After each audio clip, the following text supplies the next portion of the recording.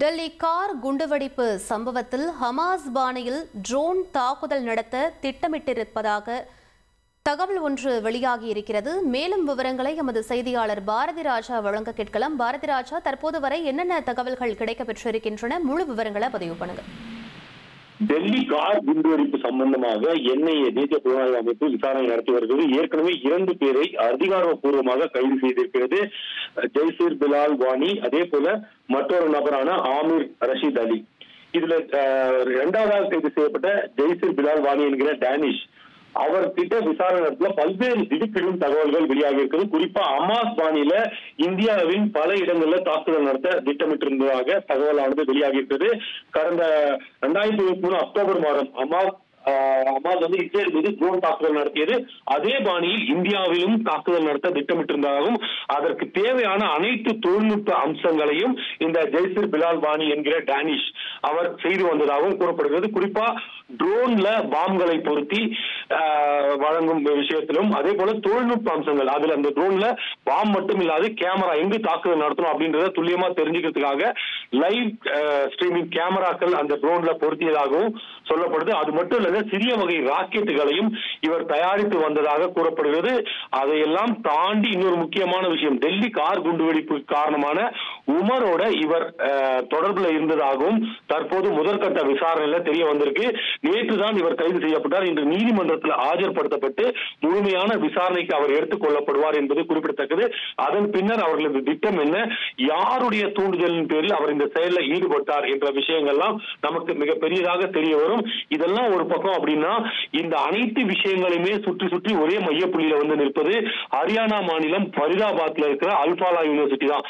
அந்த பல்கலைக்கழகத்தில் பணிபுரியக்கூடிய டாக்டர்கள் பலரும் இந்த ஒயிட் காலர் மாடல் அப்படின்னு அழைக்கக்கூடிய இந்த தீவிரவாத செயல்களில் ஈடுபடுவதாக வெளியாகி இருக்கும் தகவல் உண்மையா அப்படின்றதுக்கான விசாரணையானது துரிதப்படுத்தப்பட்டு வருகிறது. குறிப்பா அந்த அல்ஃபாலா பல்கலைக்கழகத்தின் நிதி தொடர்பான விசாரணையை அமலாக்கத்துறை மேற்கொள்ள இருப்பதாகவும் ஒரு தகவலானது வந்து கொண்டிருக்கிறது. அவர்களுக்கு வெளிநாட்டில் இருந்து வந்திருக்கும் நிதி, அந்த நிதியை அவர்கள் எப்படி கையாண்டிருக்கிறார்கள் என்பது குறித்த விஷயங்களை எல்லாம் விரைவில் அமலாக்கத்துறையானது விசாரணை நடத்த இருக்கிறது. இதெல்லாம் ஒரு பக்கம் போயிட்டு இருக்கும்போது கிட்டத்தட்ட 15 இடங்கள்ல இன்று மத்திய புலனாய்வு அமைப்பு, அதாவது அல்ஃபாலா பல்கலைக்கழகத்திற்கு சொந்தமான 15 இடங்கள்ல, டெல்லியில் உள்ள அவர்களது அலுவலகம் உள்ளிட்ட 15 இடங்கள்ல இன்று மத்திய புலனாய்வு அமைப்பானது தங்களது சோதனையை விரிவுபடுத்தியுள்ளது. டெல்லி கார் குண்டுவெடிப்பு தொடர்பாக ஏற்கனவே 2 பேர் கைது செய்யப்பட்டிருக்கும் நிலையில விசாரணை வளையமானது அல்ஃபாலா பல்கலைக்கழகத்தின் நிர்வாகத்தின் மீது தற்போது தொடர்ந்து இருக்கிறது. பல்கலைக்கழகத்தில் மத்திய புலனாய்வு அமைப்புகள்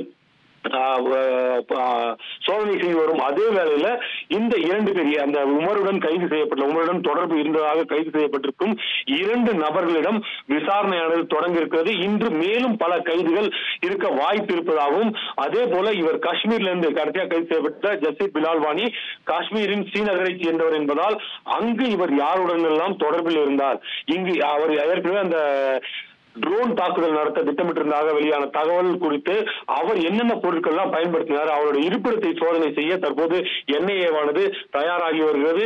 ஏற்கனவே நம்ம பார்த்தோம், கடந்த நவ்காம் காவல் நிலையத்தில் ஏற்பட்ட குண்டுவெடிப்பு செயற்கையானதா அல்லது தவறுதலாக நடந்ததா என்ற விசாரணையும் ஒரு பக்கம் சென்று கொண்டிருக்கிறது. அதில் இவருக்கு ஏதேனும் தொடர்பு இருக்கிறதா அப்படின்ற விசாரணையும் நடத்தப்பட வேண்டியிருக்கிறது. ஒட்டுமொத்தமாக இந்த டெல்லி கார் குண்டுவெடிப்பு தாக்குதல் அது தொடர்பாக நடந்து கொண்டிருக்கும் விசாரணையில பல்வேறு திடுக்கிடும் தகவல்கள், அதாவது இதுவரைக்கும் எதிர்பார்க்காத வகையில முக்கிய திருப்பங்கள், ஹமாஸ் பாணியில இந்தியாவில ட்ரோன் தாக்குதல் நடத்த திட்டமிட்டிருக்கிறோம். அதுலயும் குறிப்பா இன்னொன்னு சொல்லணும் அப்படின்னா, சமீப காலமாகவே இந்தியா அந்த ட்ரோன் எதிர்ப்பு கண்காணிப்பு அப்படின்றத மிக தீவிரப்படுத்தி இருக்கு.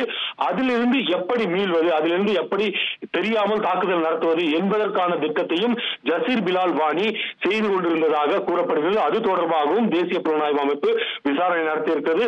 இந்த விசாரணையின் முடிவில் என்னென்ன மாதிரியான திட்டங்கள், யாருடைய பின்னணியில் இவர்கள் செயல்பட்டார்கள், ஏற்கனவே நமக்கு தெரியும் ஜெய்ஷ் இ முகமது அமைப்பின் தூண்டுதலின் பேர் தான் இதெல்லாம் நடக்கிறது அப்படின்ற ஒரு சந்தேகம் இருந்து கொண்டிருக்கிறது. அதை உறுதிப்படுத்தும் விதமாக இவர்களிடம் இருந்து நடத்தப்படும் விசாரணையின் முடிவானது நமக்கு தெளிவுபடுத்தும்.